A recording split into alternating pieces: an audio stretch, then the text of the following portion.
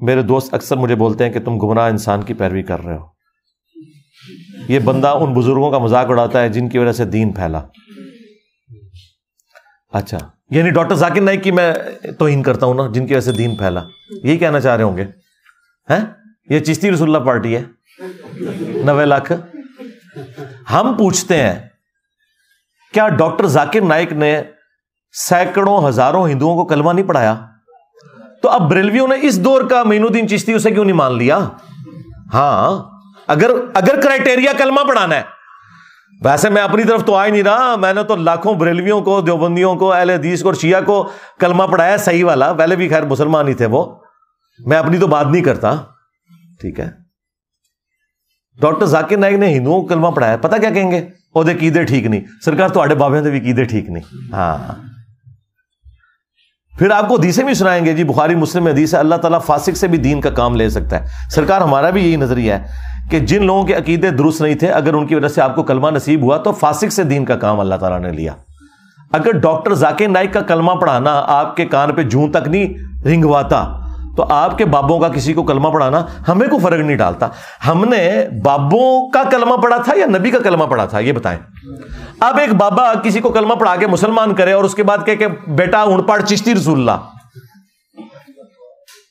یا بیٹا اونٹ تو انج کر کے اللہ نبی دے صرف نہ لینا, باقی جو میں دساں گا نا وہ تو کرنا ہے, تو ہم کہیں گے بڑا غدار آدمی ہے. پھر ہم یہ اسی کے لیے تو میں نے بولا ہے کہ تم لوگوں نے مکے اور مدینے کے نام پہ سواریاں سوار کی, اللہ اور اس کے رسول کے نام کے اوپر چندے بٹورے اور سواریاں سوار کر کے جا کے بریلی میں, دیوبند میں, اجمیر میں, بغداد میں جا کے پھینک دی. غداری کی تم نے اپنے نبی کے نام کے اوپر. یہ انہوں نے نبی کے نام کو کیش کروایا, کلمہ پڑھوا کے اس کے بعد اپنا کام ڈالنا بیچ میں. تو سرکار قادیانی بھی تو کلمہ پڑھوا رہے ہیں. ہاں جرمنی میں جو لوگ قادیانی ہوتے ہیں وہ اپنے آپ کو مسلمان ہی وہاں پہ ڈکلیئر کیے ہوئے ہوتے ہیں, تو آپ کلمہ مان رہے ہیں ان کا, کہتے ہیں قیدے ٹھیک نہیں ہے. تو سرکار جس کا قیدہ ٹھیک نہیں ہے وہ فارغ ہے. باقی یہ جو آپ نے اگر اس میں خدا نہ خواستہ میری طرف اشارہ تھا, یقیناً میری طرف اشارہ ہے, تو اس سے کوئی فرق نہیں پڑتا. اس کی وجہ یہ ہے کہ میرے ساتھ تو کوئی اٹیچ ہی نہیں ہوا.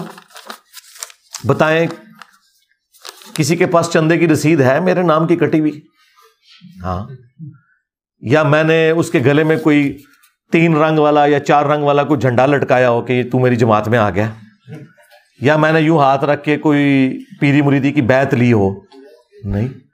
جب کوئی ایسی چیز ہے ہی نہیں ہے تو میرے ساتھ کون اٹیچ ہوا ہے؟ آپ تو اللہ اور اس کے نبی علیہ السلام کے ساتھ اٹیچ ہوئے ہیں.